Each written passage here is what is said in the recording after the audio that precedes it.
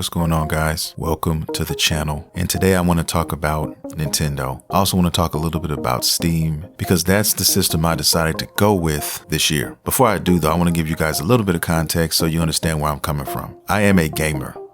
And what I mean by that is I play video games. I play all kinds of video games. I have a Nintendo Switch 1. I have an Xbox Series S. I have a PS5. I have old consoles as well. I love retro games. If you can think of it, I probably own it. Same thing with handhelds. Nintendo handhelds, the Nintendo DS, 3DS, I have those. Okay, love those systems. Just a little context for you guys before the people in the comments get to starting their shit. Okay, I want to say this. I was going to buy a Nintendo Switch 2. I really wanted to buy that system. I really wanted that system to do well, guys. But when the prices came out and then when we started finding out more and more things about this system and what it was about, it started killing me little by little. Now, somebody who just loves video games, it's as simple as that for me. If it's a good game out there, guys, I want to play it. I don't care where it's at. I don't care where I got to go to get it. If it's a great game, I want access to it. And for the longest time, I have been putting off PC gaming. And I've always wondered why PC gaming is so prevalent. Why do people keep talking about PC? Why do people feel this way about PC? And I said, you know what? That Steam Deck seems pretty cool, man. It seems like a nice entry level way to dip my toe into that world, to try to test the water, so to speak. Because there's a lot of games that I've seen, people doing videos, YouTubers, whatnot, on games coming out. And finally, to get that information, what system is it coming out on? And I find out PC and PC only. I'm like, wow. Now, this has happened to me a lot, okay? There's been so many countless games that I've seen and I got excited for. I'm rubbing my hands together like Birdman and I'm like, oh, when does this game come out? And then I find out when it comes out and then I find out that it's not on any of the consoles. And so I'm like, wow. Now, some of them, truth be told, eventually come to consoles, but that's only about 1/3 of those. Most of the other games, guys, they're not coming to console. They're going to stay on PC and, you know, whatever, for whatever reason, that's just what it is. And I had to accept that. So I do. And I said, you know what? I want to get into PC gaming. I don't know how, I don't know when, but if I did, the Steam Deck might be that system. Let's fast forward to present day when the Switch is getting ready to come out. And I'm like, wow, man, when the Switch comes out, I'm getting it. I told my wife I'm buying it. Nothing's holding me back.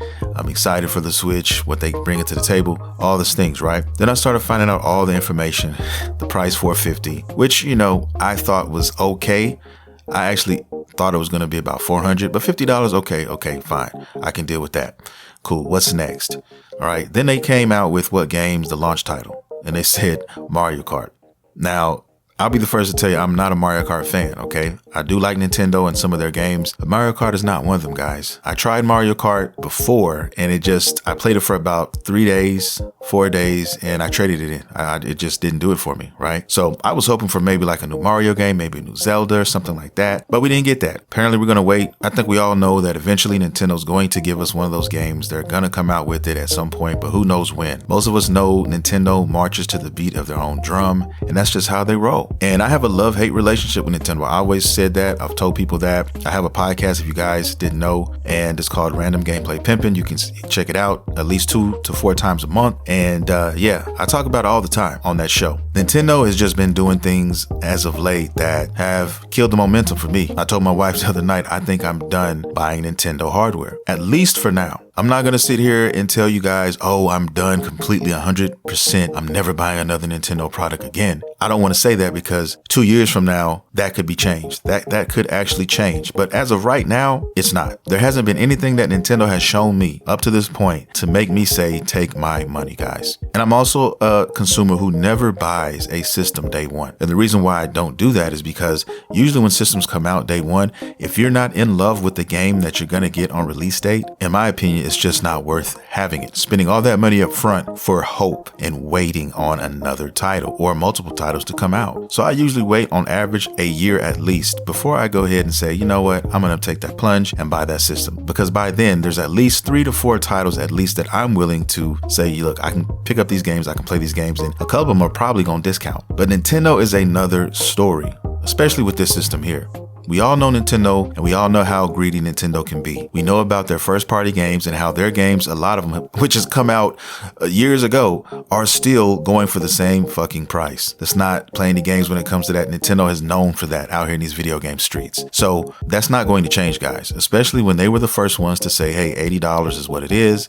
Take it or leave it. Some of them even 90. And if you add all that up after tax, that's over $100 or damn near $100. You got the controllers, which are 90 plus. After tax, they're going to be close to 100. It just doesn't make sense. Now, what I can't stand about Nintendo is the fact that they do not respect their fans. They don't really care about their fans. I'm starting to learn that and learn it well, because all the games that they have made in the past, where are they? I'm somebody who truly believes in video game conservation, and I want to see older games continue to live on. But Nintendo doesn't have that same mentality. They don't want that, apparently. And if they do, they're not showing us, because we can't get access to their games. I just knew that when this Nintendo was going to drop, the Switch 2, even the Switch 1, that we were going to be able to go onto the App Store and purchase old classic games like you used to do with the older systems. But no, they said, no, we're gatekeeping those as well. You have to pay a subscription service to get some of these games. And I just said some. Keyword.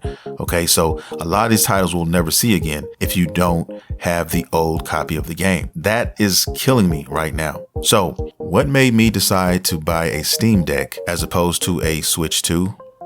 Easy, the games. With the Switch 2, you have no games. Now, in 2 years, will that change? Yeah, I'm sure it will change. Would that be enough for me to say, you know what, I want to finally make that purchase? I don't know. Time has to get to that point for me to decide that. But right now, definitely not. I need to know what Nintendo is going to do moving forward. I just don't trust them anymore. And as somebody who wants to play something else, I figure the smart thing to do would be go onto the Steam Deck, because two things for me personally. I'll be able to finally play PC games. I'll be able to finally understand and live within that Steam ecosystem, which people have been raving about for years. And I'll be able to play all kinds of games. I'm a huge indie game fan. Most of my titles on the Switch 1 are indie games. And a lot of my frustration came from the fact that a lot of these indie games that I saw being promoted online were only accessible on the Steam Deck, on Steam in general. So it was only a matter of time before I said, you know what, I'm too curious. I need to find out. I want to play some of these games you'll never get anywhere else. And that's why I decided to take that plunge for the Steam Deck. Also with the Steam Deck, you get early access to a ton of games. That ecosystem is ridiculous. I'm talking about hundreds of thousands of games. That community is crazy. So learning all of these things about the Steam Deck and just Steam in general is an easy decision for me to go over there.